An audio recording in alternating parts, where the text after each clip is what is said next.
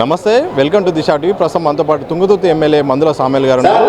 సుందరీకరణ మూసి అనేది ఒక కమిషన్ల కోసమే తీసుకొస్తారు తప్ప దీంట్లో ఏం ప్రజా ప్రయోజనం లేదని కూడా ప్రతిపక్షాలు అంటున్నాయి. ప్రతిపక్షాలు బీఆర్ఎస్ అంటే ఏంటిది? బీఆర్ఎస్ అంటే ఏంటిది? బీఆర్ఎస్ అంటే ఏంటి చెప్పు. రాజకీయ ఏ రాజకీయ దానికి ఫుల్ నేమ్ ఉండాలి కదా. ఏంటిది అది?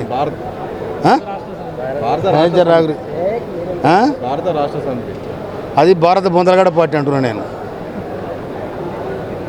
ఏనాడైతే టీఆర్ఎస్ను బీఆర్ఎస్గా మార్చుకున్నారో, టీఆర్ఎస్ అనేది ఒక ఉద్యమానికి చిహ్నమైన గుర్తది, చిహ్నమైన లెజెండ్ అది.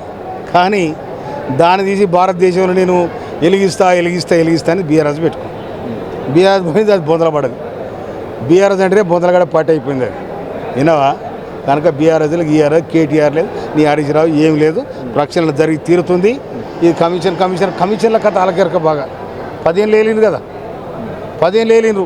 ఏడ కమిషన్ వస్తుందో సందులో చూడటానికి మొత్తం గుంపు తయారు చేసుకున్నారు. ఆ గుంపు ఏడ కమిషన్ వస్తుందో వాళ్ళు తీసుకున్నారు.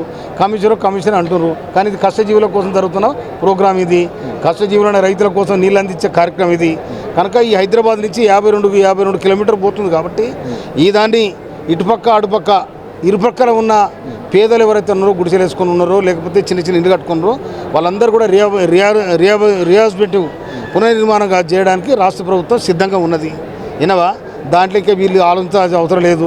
జనాలు రెచ్చగొడితే ఏదో ఉపశమనం కోసం ఇది. ఎందుకంటే అధికారం ఉన్న రోజులు ఆ కార్లు ఈ కార్లు పాడిరు, బాగానే దేశాలు తిరిగిరు, అది చేసిరు, ఇది చేసిరు. ఇప్పుడు ఏది లేదు, ఏ దేశానికి పోతే లేదు. సర్కారు సొమ్ము పెట్టాలంటే పెట్టే అవకాశం లేదు. అవునా? అందుకోసం వాళ్ళు కూడా నిరాశ నిస్పృహలు ఉన్నారు. కాబట్టి అట్లా గుడిసెల పట్టి పోతున్నారు, ఏదో చేస్తున్నారు. కానీ